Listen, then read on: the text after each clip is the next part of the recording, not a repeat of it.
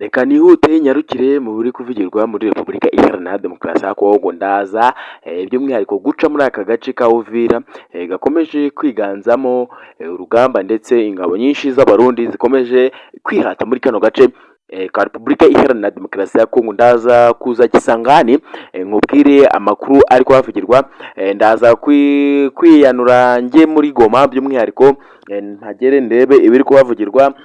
Saho gusa ndazenguruka Repubulika Iharanira Demokarasi ya Kongo, ndaza kukubwira amagambo yavuye i Kinshasa abwirwa uyu mutwe wa M23. Ndaza kukubwira abasirikari ba FDLR cyangwa se abawazalendo bameze nkaho nabo batangiye kugenda bandika amateka muri iki gihugu cya Repubulika Iharanira Demokarasi ya Kongo. Ndaza kukubwira Bukavu ikiri kuhabera, ndaza kukubwira by'umwihariko mu gihugu cy'u Burundi kwa Evariste Ndayishimiye uyoboye kino gihugu cy'u Burundi ndetse ukomeje kugenda yitanga bikomeye cyane muri iki gihugu cya Repubulika Iharanira Demokarasi ya Kongo. Ndaza gufata rutomeye ikirere nerekeza mu gihugu cy'u Bubiligi nyuma y'uko ababirigi rwose bamaze kohereza ingabo nyinshi cyane muri Repubulika Iharanira Demokarasi ya Kongo mu buryo bwo kugira ngo batsinde urugamba ruguza FARDC ndetse n'igisirikare cya M23.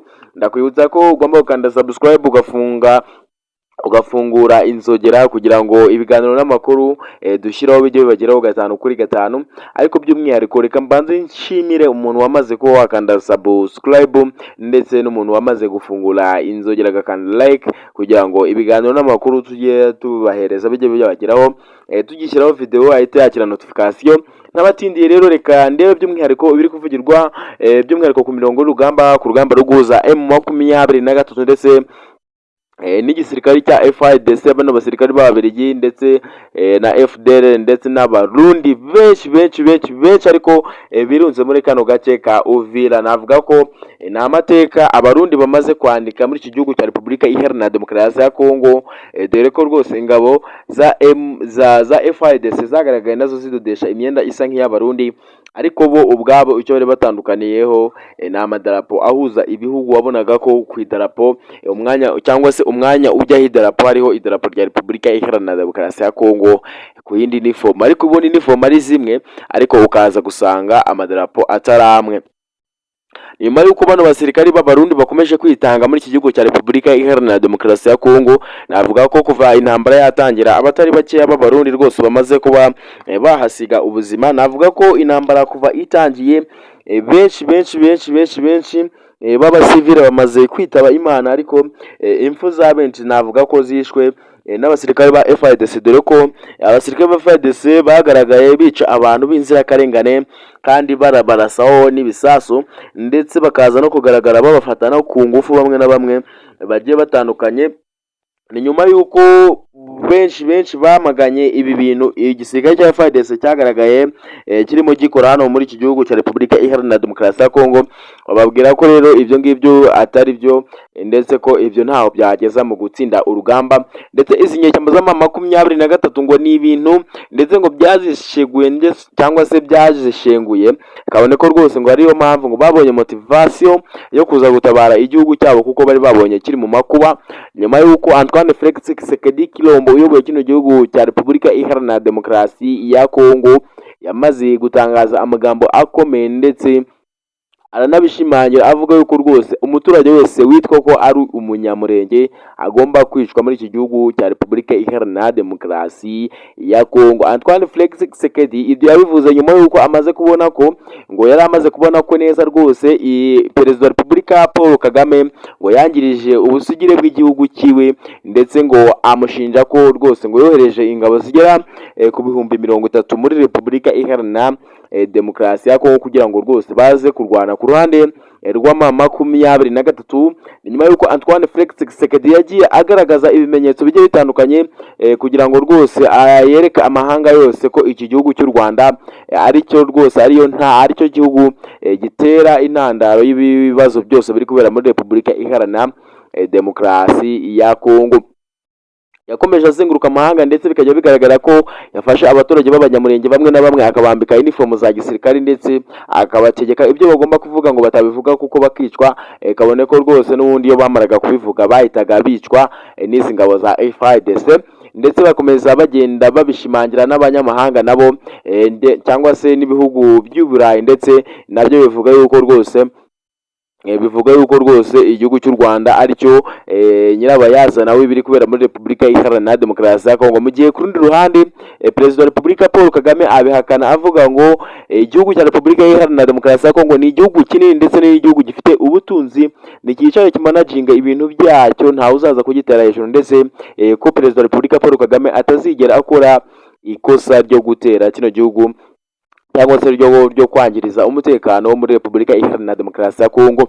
Ubwo nazamutse nagiye mu gihugu cy'u Burundi, ndaza kukubwira ko Evariste Ndayishimiye we ubwe avuga ko rwose yiteguye intambara ku gihugu cy'u Rwanda, dore ko rwose ngo yamaze kuba ngo atunganya ibikoresho, ndetse ko rwose akomeza anabishimangira ngo kuba igihugu cy'u Rwanda kiri gutegura kudeta yo kuba cyakwinjira mu gihugu cy'u Burundi. Mu gihe kundi ruhande rw'u Rwanda, u Rwanda rukomeza rushimangira ko rwose nta gahunda n'imwe rufite yo kuzigera rutera kino gihugu cy'u Burundi. Naza kukubwira ko rero uyu mutwe wa Red Tabara ukomeza kuzengereza Evariste Ndayishimiye hano mu gihugu cy'u Burundi, wamaze kuba wakuza n'izi nyeshyamba za23, noneho navuga ko ibintu byabigiye guhindura isura muri Repubulika Iharanira Demokarasi ya Kongo, nyuma y'uko nakubwiye ko ndibuze kwerekeza mu gihugu cy'Ububirigi, naho nazamutse nagezeyo. Abasirikare b'Ababirigi benshi bamanutse muri Repubulika Iharanira Demokarasi ya Kongo. Nakubwira ko izi nyeshyamba za23 nazo kuri aka kanya zamaze kuba zibakoramo ndetse akazi gakomeye, dore ko bamwe mu bakomeye b'Ababirigi bamaze kuba bagwa muri iki gihugu cya Repubulika Iharanira Demokarasi ya Kongo. Nakubwiye ko ndinjira by'umwihariko yari muri Bukavu mu gihugu cya Repubulika Iharanira Demokarasi ya Kongo.